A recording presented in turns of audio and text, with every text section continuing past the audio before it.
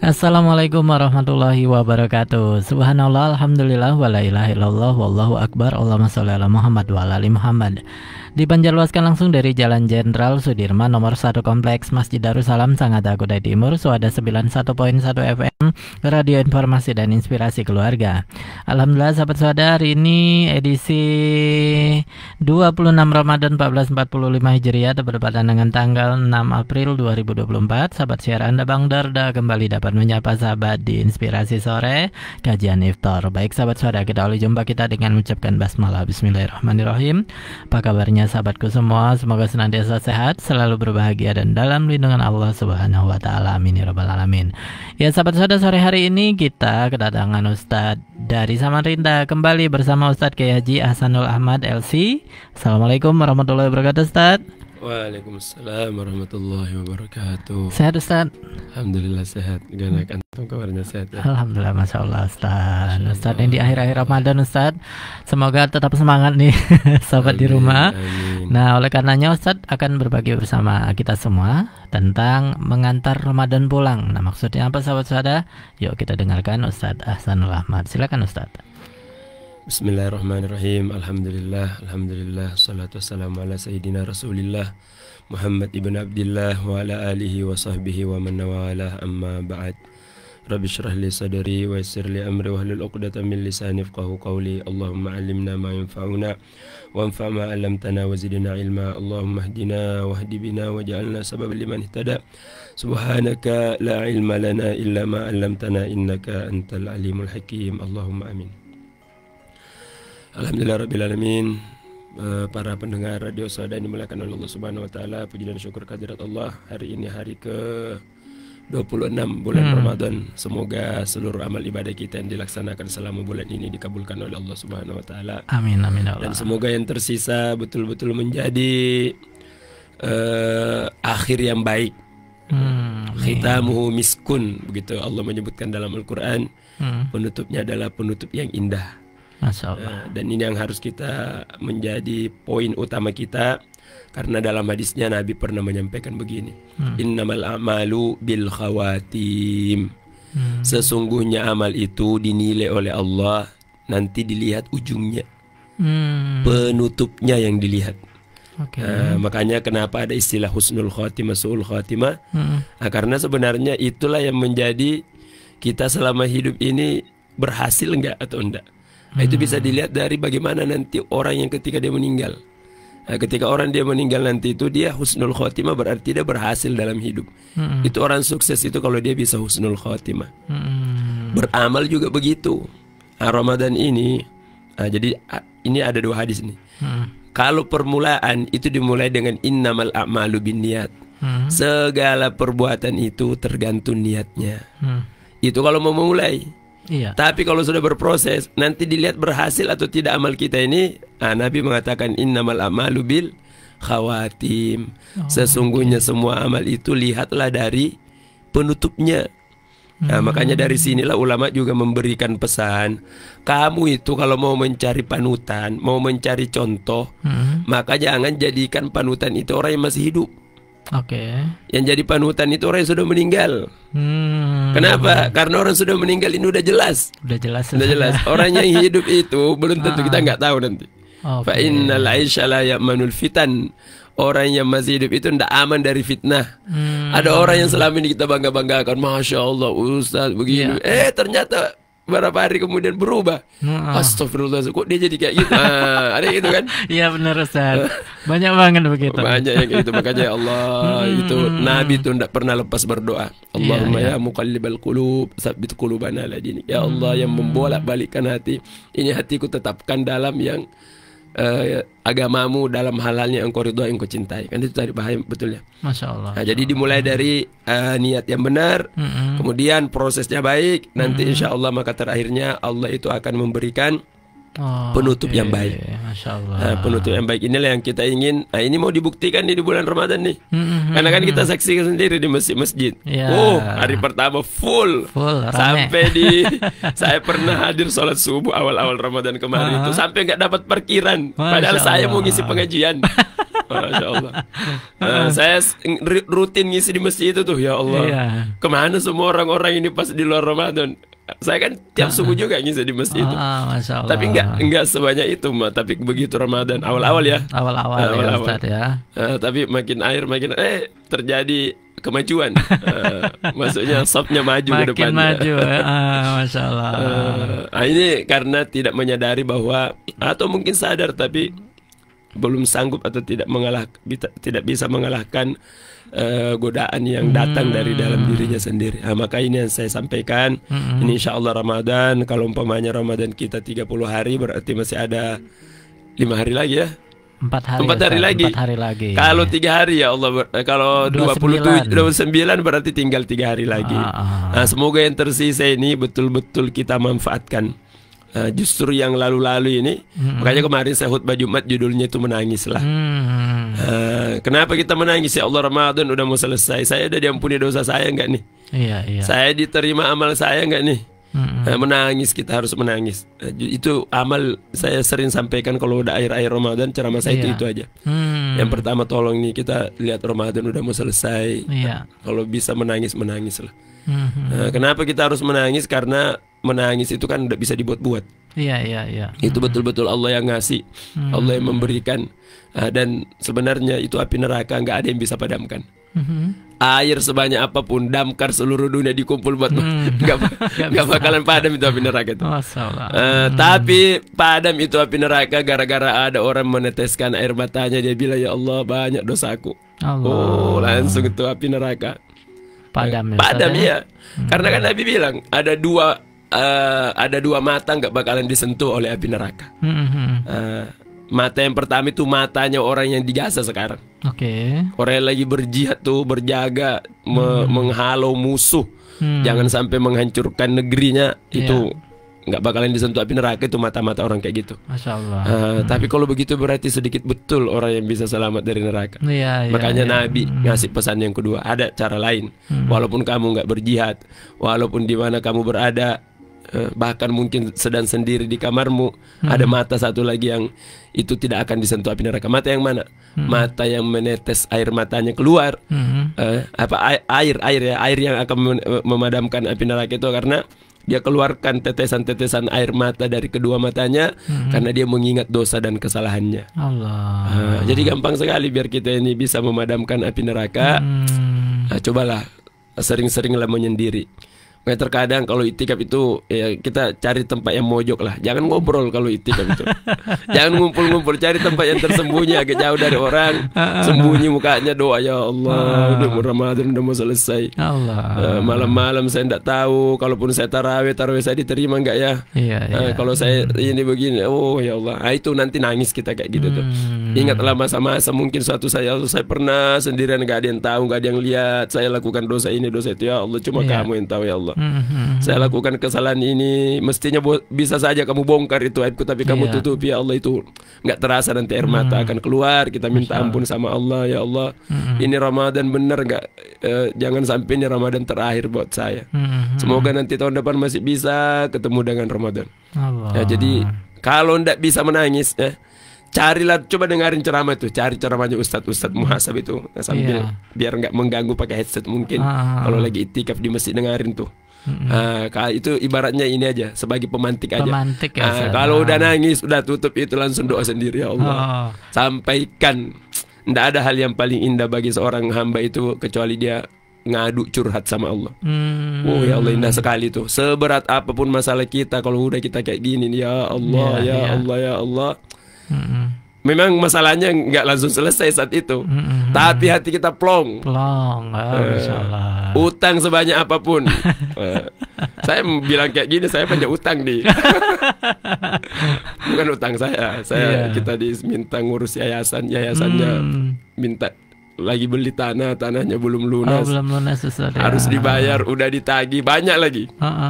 Miliaran mintanya. Nah, itu kalau kita ndak ngadu sama Allah itu stres, nggak bisa tidur tuh. Berat Ustaz ya. Berat, tapi ya Allah indah betul itu. Kenapa kita disuruh sholat? Karena memang sholat itu meringankan beban Jadi tidak mungkin seorang muslim itu mau bunuh diri stres, depresi, nggak ada. Iya. Orang-orang yang coba lihatlah orang di Gaza itu. Orang Gaza itu kalau kita lihat ya, itu tuh menurut kita tuh gila semua orang Gaza itu kalau melihat penderitaannya itu. Tapi ada nggak berita orang Gaza gila? Nggak ada, Ustaz. Nggak ada orang Gaza gila. Justru mereka dengan tegarnya, ya Allah. Benar. Itu kita lihat rumah kita udah dibangun bertahun-tahun lamanya hancur begitu saja kan. Anak meninggal, istri meninggal, itu nggak stres orang itu. Iya. Tapi orang Gaza dengan entengnya mengatakan alhamdulillah. Alhamdulillah, coba keluar dari mulutnya. Coba apa yang bisa bikin mereka bisa kuat itu? Karena mereka mengenal Allah. Kita ini selama ini lupa sama Allah. Makanya hidupnya jadi susah betul. Itu kalau kita mengenal Allah enteng. Itu Nabi dulu udah diletakkan pedang di lehernya sini. Itu pedang, itu orang megang kuat pedang itu. Siapa pernah nyembelih sapi? Saya sering nyembelih sapi. Itu kalau biar itu bisa bahaya itu kalau kita nggak pegang kuat-kuat itu ini. Golok tuh. Bayangkan Nabi gini tuh pedang sudah, itu pedang tinggal ditarik putus sudah lehernya Nabi. Muhammad, siapa yang bisa nolong kamu kalau dia kayak gini nih? Nabi senyum, dia mengatakan Allah kata. Coba bisa enggak kita kayak gitu tuh? Keyakinan kita sama Allah. Datang melamar sama calon mertua ditanya, nanti kamu mau ngasih makan apa anakku? Bisa nggak kita ngomong Allah yang ngasih? Kita ini lupa sama Allah selama ini. Ya kenapa lupa? Ya karena kita nggak mendekat sama Allah. Betul. Allah itu suruh kita sholat biar kita dekat sama Dia. Kita suruh berdekat karena nanti kita tidak tahu banyak sekali masalah dalam hidup ini. Itu kalau bukan Allah yang menguatkan, tidak sanggup kita. Kita akan lari, pengen mati aja rasanya.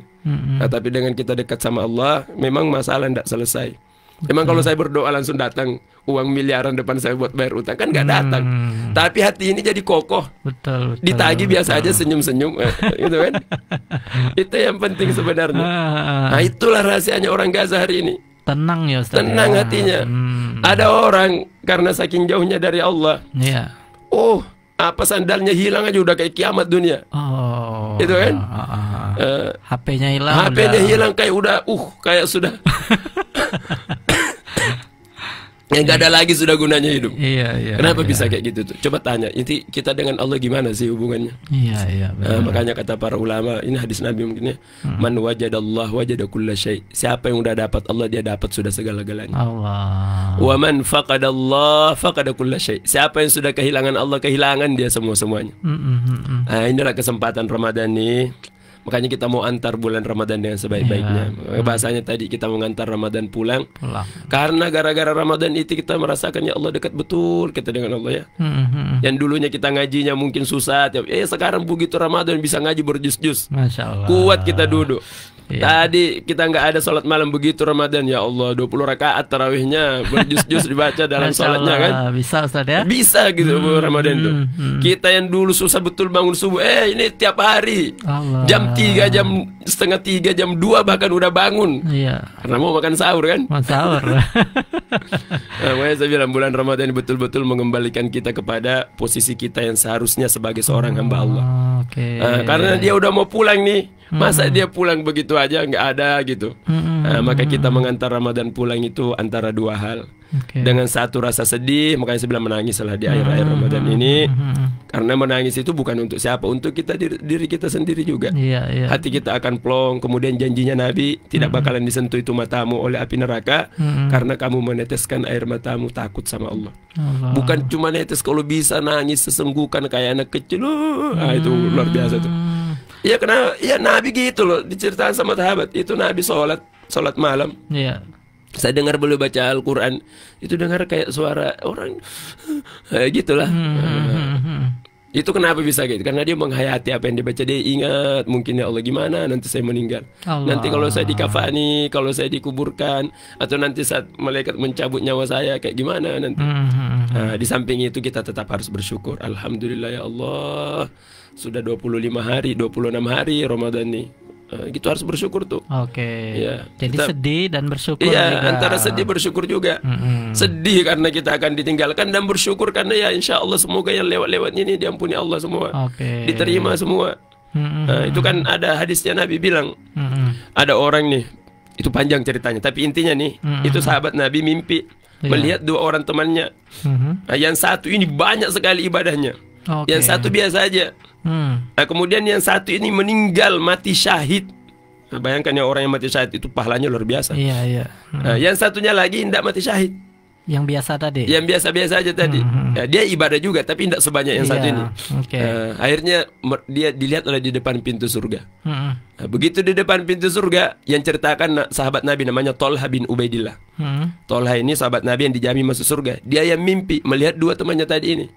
Heran dia, karena yang paling banyak ibadahnya ini, jadi keluarlah malaikat itu penjaga surga, panggil, sini kamu. Siapa yang dipanggil pertama? Yang meninggal bukan meninggal mati syahid dan ibadahnya biasa saja. Mereka sini masuk. Heran dulu, kok dia dulu dipanggil? Mestinya kan ini yang dipanggil dulu. Sini. Habis lama baru lagi dia keluar. Kamu sekarang giliranmu masuk sekarang ke surga. Terakhir keluarlah dia. Kamu tolak belum? Kamu masih hidup. Terbangunlah dia dari ininya, dari mimpinya. Heran orang satu Madinah, kok bisa kayak gitu? Kita ini selama ini Nabi motivasi jihad, ikut ini mati syahid. Kok ada orang yang lebih tinggi pahalanya dari mati syahid? Makanya kan heboh nih, jadi viral di Madinah waktu itu. Akhirnya sampai berita itu ke Nabi. Nabi senyum. Kenapa kamu heran, kata Nabi? Itu tadi temanmu kan meninggal setahun kemudian kan? Iya betul ya Rasulullah. Temanmu yang biasa-biasa meninggal setahun kemudian. Tahu nggak waktu dia meninggal setahun kemudian dia dapat Ramadan kan? Ya Rasulullah benar. Tahu nggak? Kamu hitung tuh dia udah berapa sholatnya dalam Ramadan itu, berapa puasanya di Ramadan itu, berapa sujudnya, berapa rukunya. Itu kalau dibandingkan pahalanya dia memanfaatkan Ramadan dengan dia mati syahid tadi, itu antara bumi dan langit jaraknya. Masya Allah. Jadi orang dapat Ramadan ini kalau tidak bersyukur, ya Allah. Makanya ada yang bilang kalau ketemu Ramadan itu syukur kalau perlu ya. Masya Allah, Masya Allah. Ya, tapi nah ini udah air nih. Nah, makanya ini tamu yang agung yang mulia bawa keberkahan banyak sekali nih. Masa kita malah Lebaran besok. Kita tidak bisa. Ya baguslah kita bergembira. Tapi di balik kegembiraan itu ada rasa sedih. Ada kesedihan. Ada kesedihan. Orang ini selalu nanya-nanya, bentar lagi Lebaran, bentar lagi. Saya tuh nggak pernah mau bilang kayak gitu. Kan ingat ya Allah. Mestinya ini Ramadan kalau bisa jangan berakhir. Jadi makanya kita tutup Ramadan ini pertama ya bergembira, ya harus bergembira. Allah nyuruh kita bergembira. Kenapa kita bergembira? Ya karena insya Allah ya disebut dengan hari kemenangan. Tapi di balik kegembiraan itu ada rasa sedih dalam hati. Nah, ini kan yang jarang yang tidak ada di hati-hati kita selama ini. Jadi dipadukan Ustaz ya. Dipadukan dua-duanya.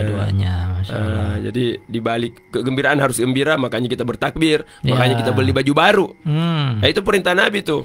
Iya, beli baju baru, ya betul. Jadi kalau hari Jumat itu kita disunahkan pakai baju putih-putih meskipun udah lama. Tapi kalau hari Lebaran itu baju baru disuruh sama Nabi pakainya. Menunjukkan kegembiraan saya loh selama Ramadan ini ya. Berhasil melewati. Berhasil ini, berhasil itu.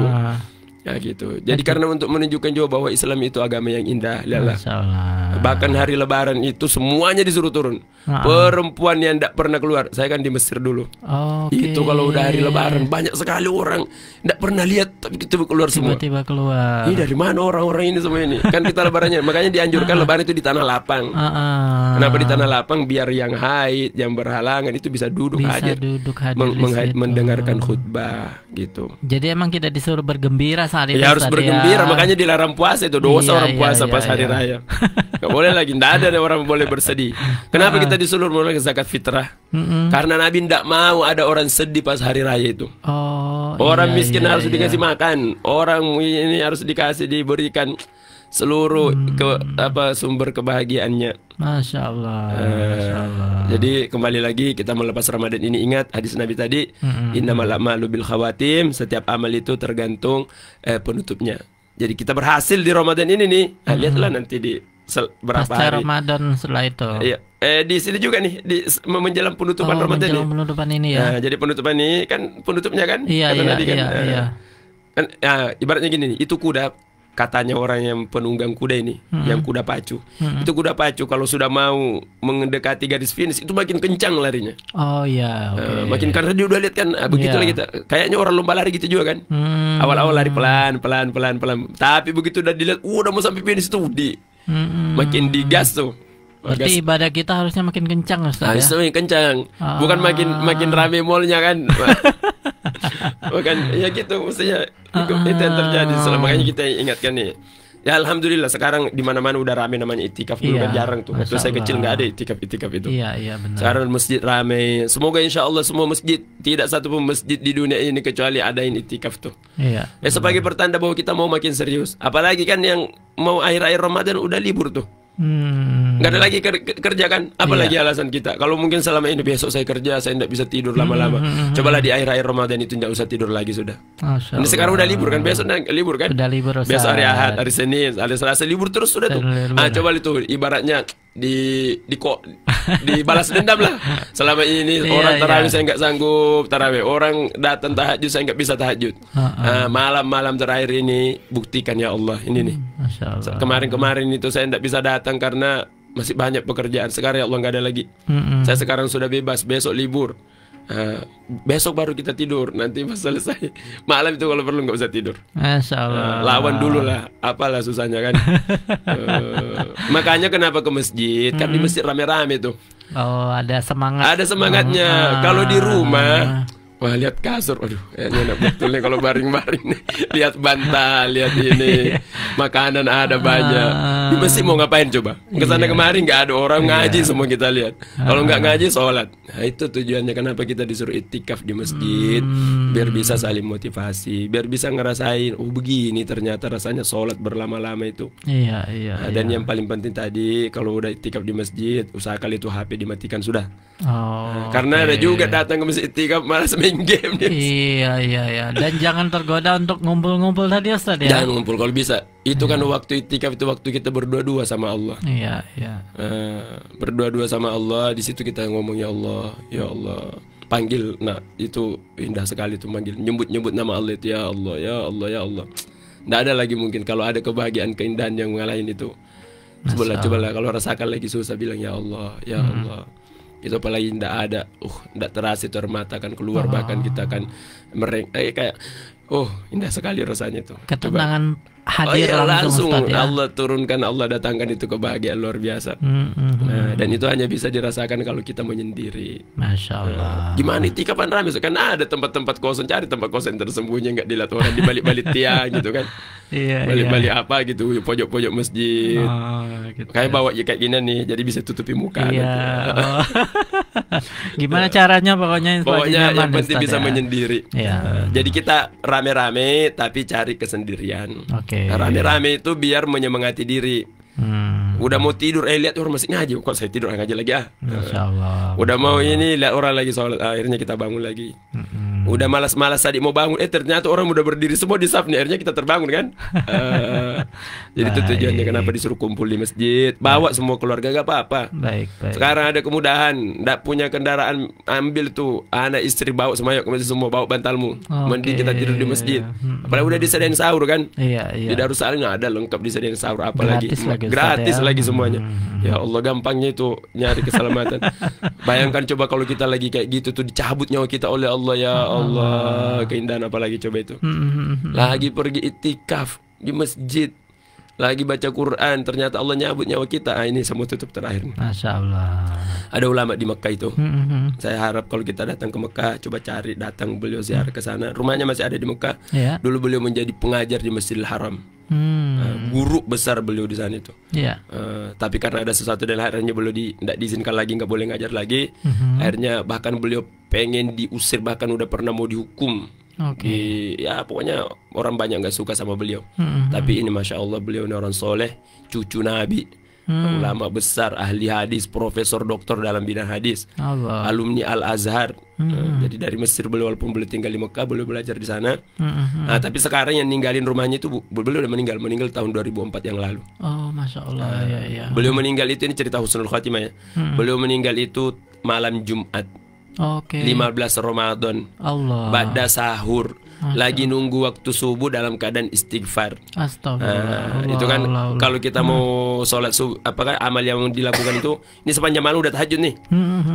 Itu ditutup dengan wal mustaghfirina bil ashar. Orang-orang kesayangan Allah itu adalah mereka yang selalu memperbanyak istighfar di waktu sahur. Kenapa istighfar? Karena dia minta ampun sama Allah. Ya Allah, saya udah sholat tapi sholatku kayaknya masih banyak kurangnya. Minta ampun, minta maaf. Dalam keadaan begitu tuh, dan yang cerita ini muridnya orang Indonesia. Karena murid beliau banyak dari seluruh dunia. Salah satu murid beliau itu bukan murid langsungnya ya. Jadi kita kenal Buya Yahya kan? Buya Yahya kita kenal. Buya Yahya itu belajar di Dalwa. Pendiri Dalwa itu namanya Habib Hasan Baharun. Habib Hasan Baharun adalah murid dari beliau. Murid beliaunya. Jadi bisa dibilang Buya Yahya itu murid beliau juga kan? Iya betul.